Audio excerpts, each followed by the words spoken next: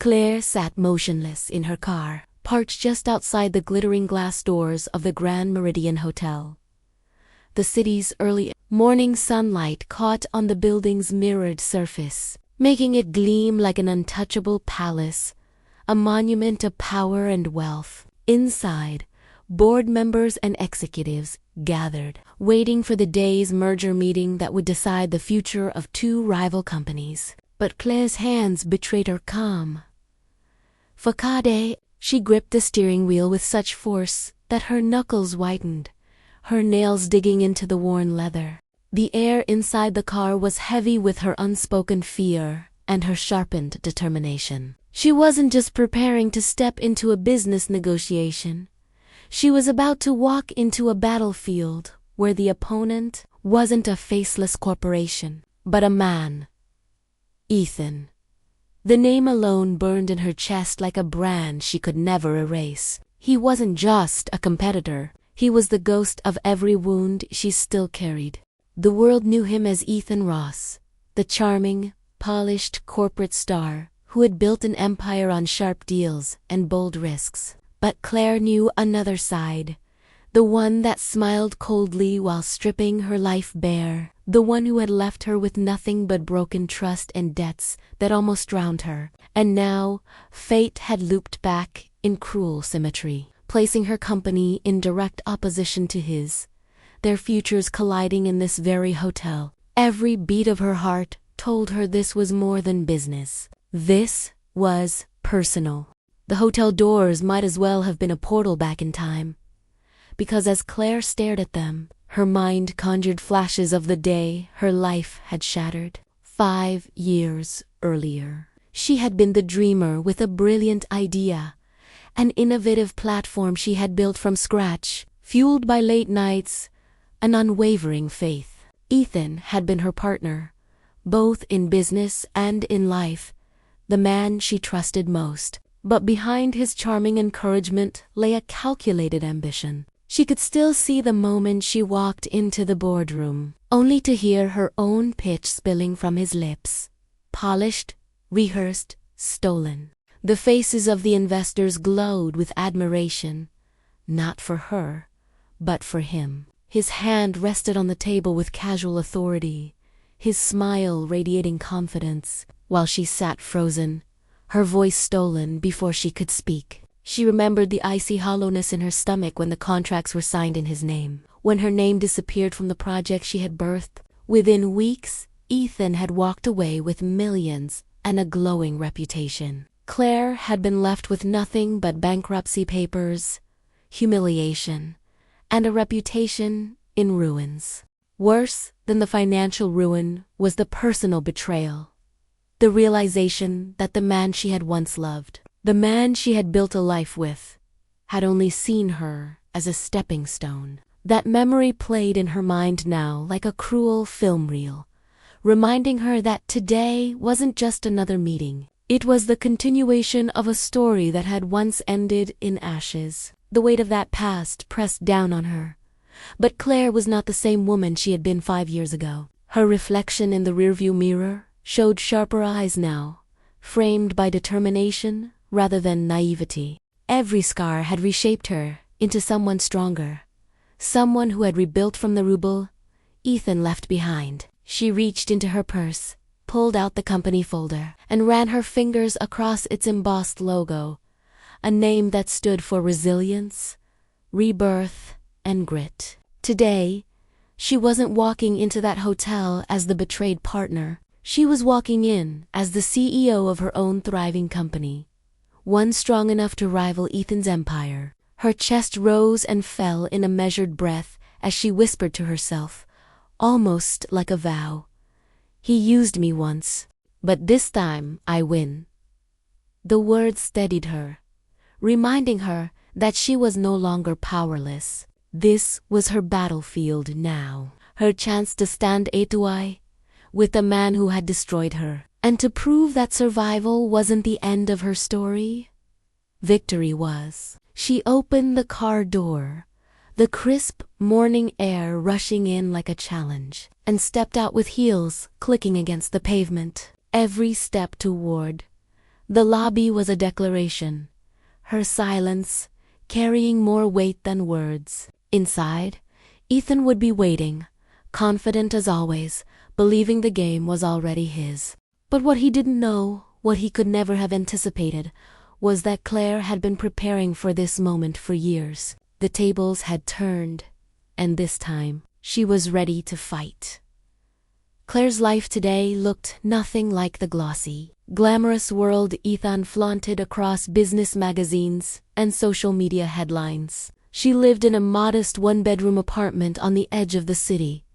Not shabby, but practical. A space she had chosen deliberately, because it reminded her every morning that she didn't need extravagance to have worth. Her days were consumed by her marketing startup, a small firm she had built from the ground up after years of clawing her way back from ruin.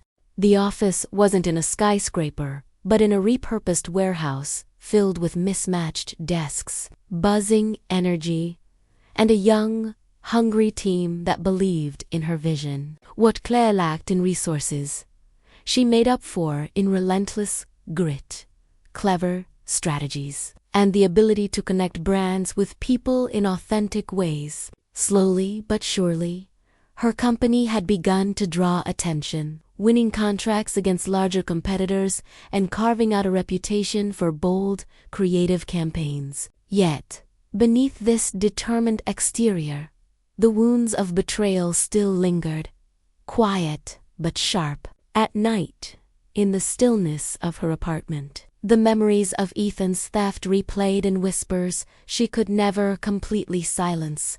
She had rebuilt, yes, but each success felt shadowed by the ghost of what had been stolen. And though she carried herself with resilience in public, she often wondered privately if she was still running from her past or finally moving toward a new future. Her life was proof that broken pieces could form something whole again, but the cracks were always visible, even if only to her. Claire didn't walk this road alone. At her side was Maya, her best friend and business partner, whose sharp wit and loyalty had carried Claire through the darkest days. Maya had been the first to believe that Claire could rise again after Ethan's betrayal, even when Claire herself doubted it. Where Claire was measured and cautious, Maya was bold and unapologetic, her humor often cutting through the heaviness that clung to Claire's spirit. Together, they balanced each other, one cautious, one daring, and the success of their startup reflected that harmony. Then there was Daniel, the seasoned mentor, who had once run a successful advertising firm before retiring. He saw in Claire not just potential, but a resilience that reminded him of his younger self. Daniel had invested not only his money, but his guidance, serving as a tough but protective father figure, pushing Claire to sharpen her instincts and reminding her never to let sentiment cloud her judgment again. Yet, not all the voices in Claire's life pushed her forward. Her mother, a woman who valued stability above all else, constantly urged her to move on, to forgive Ethan, and to find normalcy instead of fighting old battles. Holding on to grudges only hurts you, Claire, her mother would repeat, her tone threaded with the quiet expectation that Claire should shrink herself into safety rather than risk pain. Again, to her mother's survival meant settling. But to Claire, survival without justice felt hollow. These conflicting voices, encouragement from Maya and Daniel, pressure from her mother, created a constant tug-of-war inside her, testing her resolve and shaping her choices in ways she didn't always realize. Ethan's shadow loomed over every step of Claire's journey, not just as a rival, but as the man who had once charmed her so completely she had mistaken his ambition for love. Their story began back in college, when Ethan's charisma drew her in like a flame. He seemed endlessly supportive, listening intently to her dreams, feeding her belief that they were building a future together. For years, she trusted him with her ideas, her plans, her heart. But beneath that polished charm was a predator's patience. The breaking point came when she shared with him the pitch that had been her life's work, an innovative business model she had nurtured for years. Ethan had nodded, smiled, even promised, "We'll do this together." Days later, she watched in shock as he delivered that very pitch to investors, polished and rehearsed, presenting it as his own. The betrayal was brutal, not only because he stole her career, but because he used her trust as the weapon. When the deals closed and his reputation skyrocketed, he walked away without looking back, leaving Claire bankrupt, her credibility destroyed.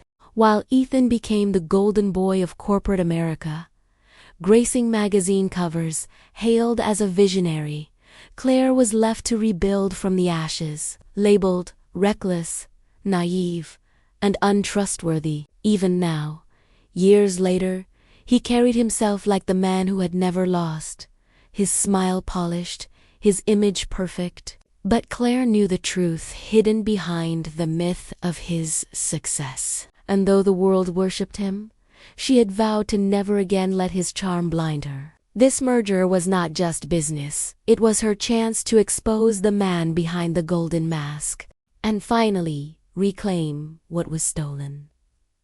The boardroom of the Grand Meridian shimmered with polished wood, sleek glass, and the tension of corporate ambition. Executives filled the long table, their expensive watches catching the light as papers shuffled and voices murmured. Claire stepped inside with measured poise, every eye turning toward her, but one gaze, sharp and calculating, cut deeper than all the rest. Ethan.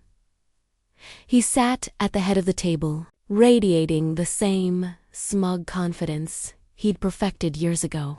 When their eyes locked, time stilled. For a heartbeat, she saw the college boy who once whispered promises in her ear, but then his lips curled into that familiar smirk, erasing the illusion. "Claire," he said smoothly, as though they'd parted on the best of terms, "I didn't expect you to be leading this side." Bold move.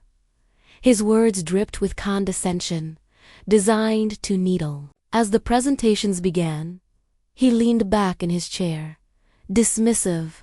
When Claire spoke, he cut across her mid, telling the room with a mocking chuckle.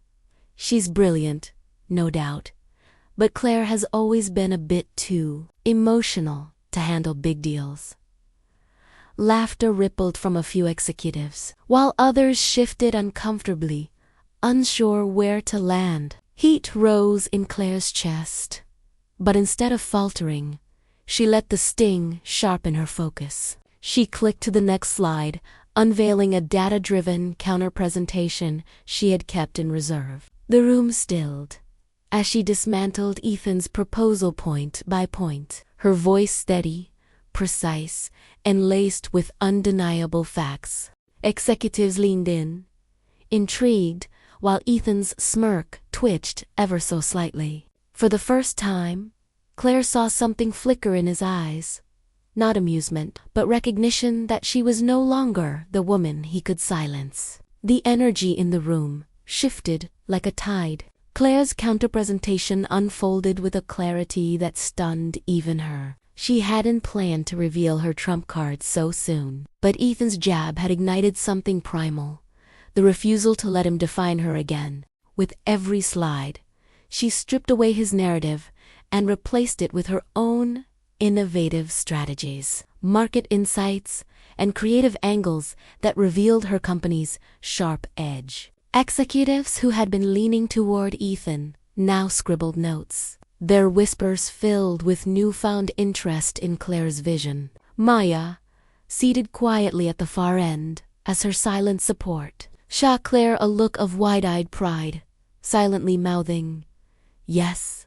Daniel, her mentor, gave the faintest nod, his face unreadable but his eyes gleaming. Claire could feel the pulse in the room now belonged to her, not him. Ethan tried to interject, to spin her points as naive risks, but each rebuttal only highlighted his arrogance and her preparation. When she closed her pitch with a confident, The future isn't about who shouts the loudest. It's about who listens the best. The silence was thick. Waited, with respect. Then came the applause. Hesitant at first, but building. Ethan's jaw tightened, though he masked it with a polite smile, pretending indifference. But Claire caught it, that tiny crack in his face. It was the smallest of victories, but it felt monumental. She had faced him, matched him, and for once, he hadn't walked away with all the power. The seed of doubt had been planted in the executives' minds, and perhaps in his own. But victories in Ethan's world never came without consequence. Hours after the meeting, still buzzing from her performance, Claire received a quiet warning. A former colleague, one of the few who still respected her, pulled her aside in the hotel lobby. His tone was urgent, his eyes darting. "Claire, you need to be careful. Ethan, he's already moving against you." Confusion rippled through her until he explained. Ethan had been whispering to his network of powerful investors, sowing seeds of doubt about her company's stability. The sabotage mirrored the betrayal of years ago. The same underhanded tactics, the same exploitation of insider connections. A chill ran through her. This wasn't just about a deal on paper. It was about survival. If Ethan succeeded, her startup wouldn't just stumble, it would collapse. Employees who trusted her would lose jobs. Her reputation would once again be shredded.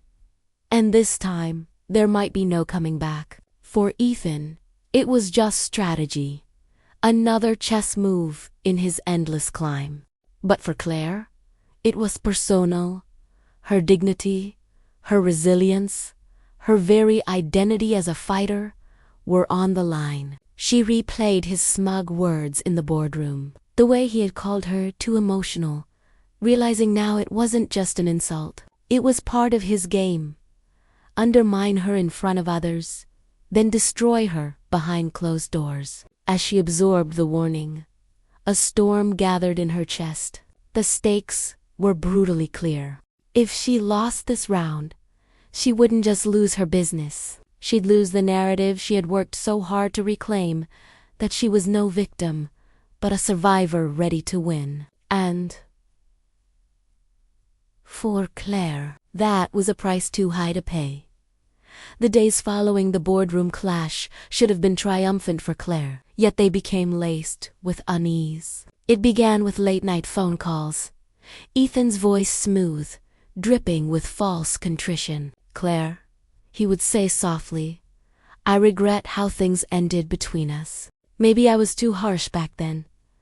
On the surface, his words carried an apology, but Claire heard the poison beneath them. He wasn't trying to make amends. He was probing for weakness, planting doubt, attempting to remind her of the intimacy they once shared. Each call left her rattled, her sleep fractured, her focus tested. Then came the deeper blow, whispers of betrayal from within her own company. Documents leaked, proposals mysteriously finding their way into Ethan's hands before she had even finalized them. Suspicion gnawed at her until she traced it to one of her junior employees, a bright but insecure analyst who seemed suddenly too eager to impress. Ethan's circle. The discovery hollowed her, striking at the heart of what she valued most: loyalty, trust. The fragile community she had built from ashes. It was one thing to fight Ethan on the outside, but to realize he had slipped his hand inside her own walls, that cut differently. The battlefield was no longer just boardrooms and negotiations. It was inside her company, her home, her very sense of safety. As if the professional chaos weren't enough, Claire's personal life began to tangle in unexpected ways. Daniel, her mentor and steady anchor, introduced her to his nephew Noah, a sharp-minded lawyer with a disarming warmth. Their first conversations were filled with easy laughter and an undercurrent of unspoken attraction. But Claire's chest tightened every time she felt the pull. Trusting a man had cost her once before. The scars Ethan left weren't just professional, they were intimate. Noah seemed kind, genuine, but ambition gleamed in his eyes, and ambition was the very trait that had once undone her. Could she risk letting anyone in again? While Claire wrestled with this quiet storm, another front opened at home. Her mother, ever the voice of conventional respectability, grew increasingly vocal in her criticism. Ethan has built something real, something lasting, she argued at Sunday dinners. You're still chasing revenge, Claire. When will you learn to let go? The words sliced deep, not only because they hurt but because they echoed her own private fears. To her maderitan was success incarnate. While Claire's defiance looked like stubbornness, her fight like self-destruction. Every time Claire pushed back, the divide between them widened. It was as if her family, the one place she longed for refuge, had aligned itself with her enemy. The tension built until Maya, her truest ally, forced the question Claire had been avoiding. They sat in the office late one night, surrounded by glowing monitors and the smell of burnt coffee, when Maya leaned forward, her eyes fierce. Claire, you can't keep playing the moral victim. Ethan isn't apologizing. He's baiting you. He isn't competing. He's sabotaging you. If you don't fight him on his level, you'll lose again. And this time there won't be a comeback. The words landed heavy, like a verdict Claire had long known was coming. She wanted to believe she could rise above Ethan's games. That integrity alone could carry her through. But Maya's urgency made it clear. Survival wasn't about purity. It was about strategy. Could Claire's stomach becoming more ruthless, outmaneuvering Ethan with the same cunning he once used against her? The choice terrified her. To embrace that path meant risking parts of herself. She still clung to her morality, her belief in fairness, her very identity as someone who refused to be like him. Yet, if she refused, she knew the outcome. Ethan would dismantle her piece by piece, and everything she had rebuilt would crumble. This was the moment of reckoning. The line had been drawn, and Claire could no longer straddle it. She had to decide whether to remain the wounded survivor or transform into the strategist who could finally win. Claire's decision to fight Ethan on his level crystallized into one daring move: a trap. She seeded her company's digital files with carefully crafted false data projections, so polished they looked authentic, yet subtly flawed in ways only she could trace. It was bait for the mole she suspected, a litmus test of betrayal. Within days, the numbers surfaced in Ethan's possession, just as she predicted. And so, the stage was set for the next boardroom meeting. Tension so thick it seemed to hum in the air. Executives sat expectantly, as Ethan, exuding confidence, took the floor with the arrogance of a man convinced he had already won. He flashed charts, numbers, and projections, hammering his point with smug satisfaction. As you can see, he announced, Claire's company is built on unstable forecasts, reckless risks that threaten any partnership.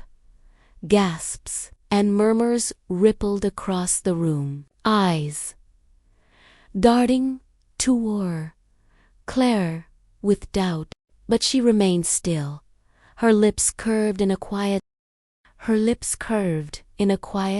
deliberate smile. Rising slowly, she tapped her tablet and projected her own slides. Interesting, she said coolly, since those exact figures exist only in a private, secure folder within my system. One I deliberately altered to confirm a leak. Silence dropped like a gavel. The realization spread. Ethan had stolen the data, and worse, it was false. Executives shifted, their admiration curdling into suspicion, their respect for Claire solidifying in the same breath. Ethan's face tightened, the smugness slipping as the trap closed around him. For the first time, The golden boy stood exposed. The meeting adjourned in chaos. Executives whispering, alliances fracturing. Ethan bolted from the boardroom, his mask of charm cracked, and Claire followed at a distance, her heels sharp against the marble floor. He caught her in the hallway, fury radiating off him. His voice dropped to a hiss, venom wrapped in disbelief. "You think this little stunt changes anything? You're still nothing without me, Claire." He stepped closer, invading the space that once would have sent her retreating into silence. But this time she stood firm, her shoulders squared, her voice steady. She didn't flinch, didn't cry, didn't beg. Instead, she met his glare with a calm steel he couldn't shake. "You stole my past," she said, her tone precise, every word like a blade. "But you'll never own my future." The words hung between them, heavier than any slap, stripping him of power in a way her tears never had. Ethan faltered, searching for a retort that wouldn't come. For years, he had defined her through manipulation and theft. But now, in this single moment, she redefined herself in front of him, untouchable, unbroken. The hallway's silence amplified the victory. This wasn't just about data or deals anymore. It was about reclaiming the narrative of her life. And in that quiet war of wills, it was Ethan who blinked first, his fury collapsing into something that looked uncomfortably like fear. But Claire's battle didn't end with exposing him. The Falsteda trap had been about survival. But survival wasn't enough. In the days that followed, she dug deeper, sifting through whispers and financial trails left behind by Ethan's overconfidence. What she uncovered wasn't just corporate ruthlessness, it was criminal. Embezzlement, shell accounts, slush funds funneled quietly out of partnerships he had orchestrated. For years, Ethan had stolen not only ideas but money, cloaking his theft beneath his charm and reputation. Claire gathered the evidence meticulously, each document a nail in the coffin of the empire he had built on lies. And when she turned it over to the legal authorities, she felt the final weight lift. This wasn't revenge for its own sake. It was justice, the kind he could no longer talk his way out of, the kind that would strip him of everything he flaunted. The twist was sharper than even she had imagined. She hadn't just outsmarted him in a boardroom. She had unmasked him before the law. For the first time since the betrayal years ago, she wasn't reacting to Ethan's moves, she was dictating the game. And as the headlines later broke, painting Ethan Ross not as the golden boy, but as a fraud under investigation, Claire didn't gloat. She simply breathed, steady and free, knowing her future was no longer chained to his shadow. The story of Ethan Ross unraveled not with a dramatic outburst but with the steady, relentless weight of truth. Within weeks of Claire's evidence reaching the authorities, headlines splashed across business journals and news networks. Corporate star Ethan Ross under investigation for fraud and embezzlement. The same media that once crowned him as a visionary now dissected his downfall with merciless precision. Investors fled his company, wary of being tainted by scandal. Board members resigned in embarrassment, distancing themselves from the man they had once praised. The merger evaporated, dissolved before it could be signed, as Ethan's reputation collapsed under the weight of accusations and proof. For Claire, watching the empire he had built on lies crumble was not a moment of gloating, but of clarity. Ethan's smugness, his carefully polished mask, had always been fragile. What had seemed invincible was nothing more than paper and pretense, destroyed by truth and time. Seeing him stripped of power, not by her anger, but by his own corruption, gave her something greater than vengeance. Closure. She no longer needed to fight his shadow, because his shadow had destroyed itself. The man who once defined her ruin was now nothing more than a cautionary headline, forgotten by those who once cheered his name. As Ethan fell, Claire's star rose. Her company, once dismissed as small and scrappy, now stood as a symbol of innovation and integrity. The same executives who had once doubted her began calling, eager to invest, eager to attach themselves to the woman who had outmaneuvered Ethan Ross. Deals that once seemed out of reach now landed in her inbox. Journalists requested interviews, portraying her not as a victim of betrayal, but as a leader who had rebuilt from ruin with grit and vision. For the first time, Claire's story belonged to her, not to the shadow of what Ethan had taken. Her team, who had weathered sleepless nights and the sting of betrayal, celebrated not just the contracts, but the recognition that they were part of something greater than survival. Investors trusted her because she had faced corruption and chosen transparency. Clients trusted her because she had faced sabotage and responded with strategy, not weakness. Claire's company became a beacon, not the largest firm, but the most respected in its sphere. She understood now that resilience itself was a form of power, one that could outlast arrogance and ambition. Every milestone felt earned, not borrowed, and for the first time in years, she allowed herself to exhale, to stand tall, without fearing the ground would collapse beneath her. But the truest victory came not in boardrooms or headlines, but in the quieter spaces of Claire's life. Her connection with Noah grew gently, cautiously.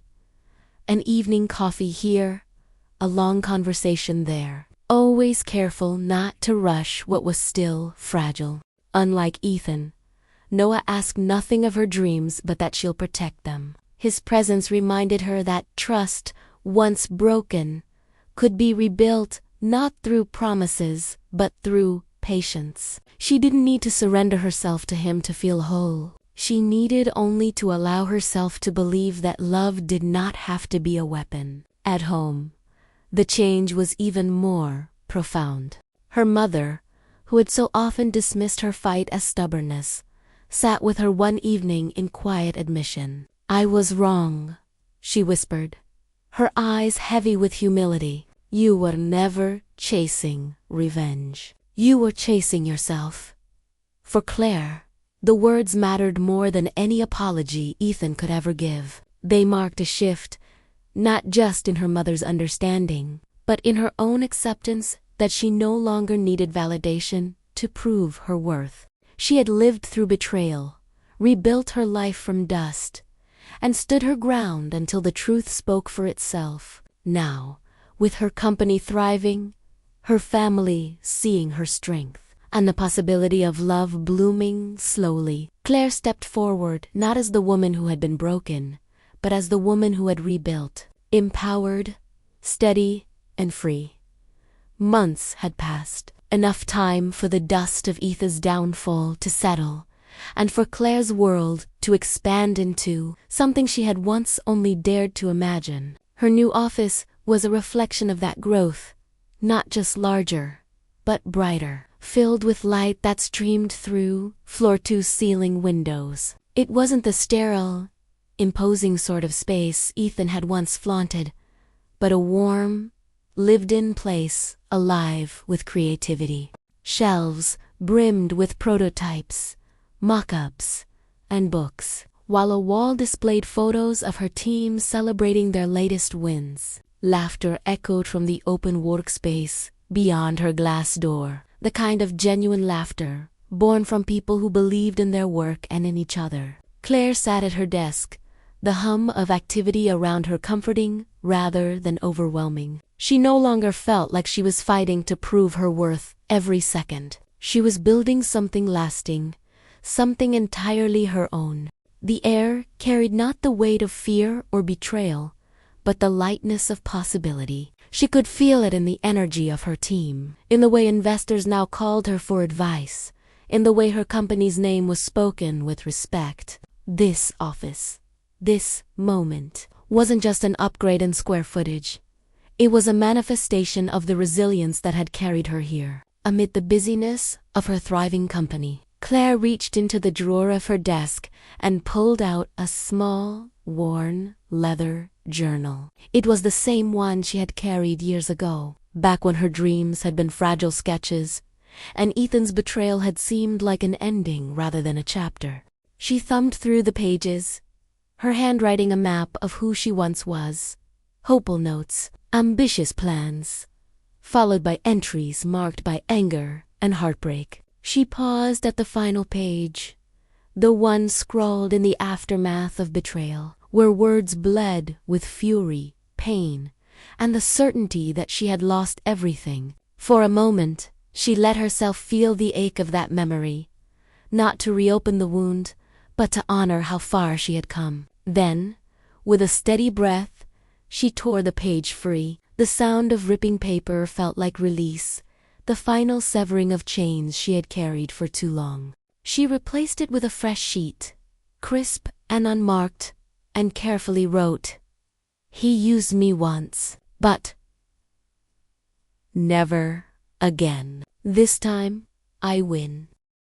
The words weren't bitter, nor were they vengeful. They were a declaration, a truth etched not in pain, but in strength. It wasn't about Ethan anymore. It was about her reclaiming the story of her life. Claire closed the journal softly, her fingers resting on the worn cover as sunlight poured across her desk. Outside her office, her team's voices rose in laughter again, a soundtrack of resilience that reminded her she was no longer alone. She leaned back in her chair, the journal secure in her hands, and allowed a faint smile to touch her lips. It wasn't the triumphant grin of someone who had crushed an enemy, but the quiet, victorious smile of someone who had survived, rebuilt, and finally healed. For years, Ethan's betrayal had been the defining story of her life, but now it was merely a prologue to something far greater. The sunlight caught her hair, casting her in a glow that felt symbolic, as if the world itself acknowledged her victory.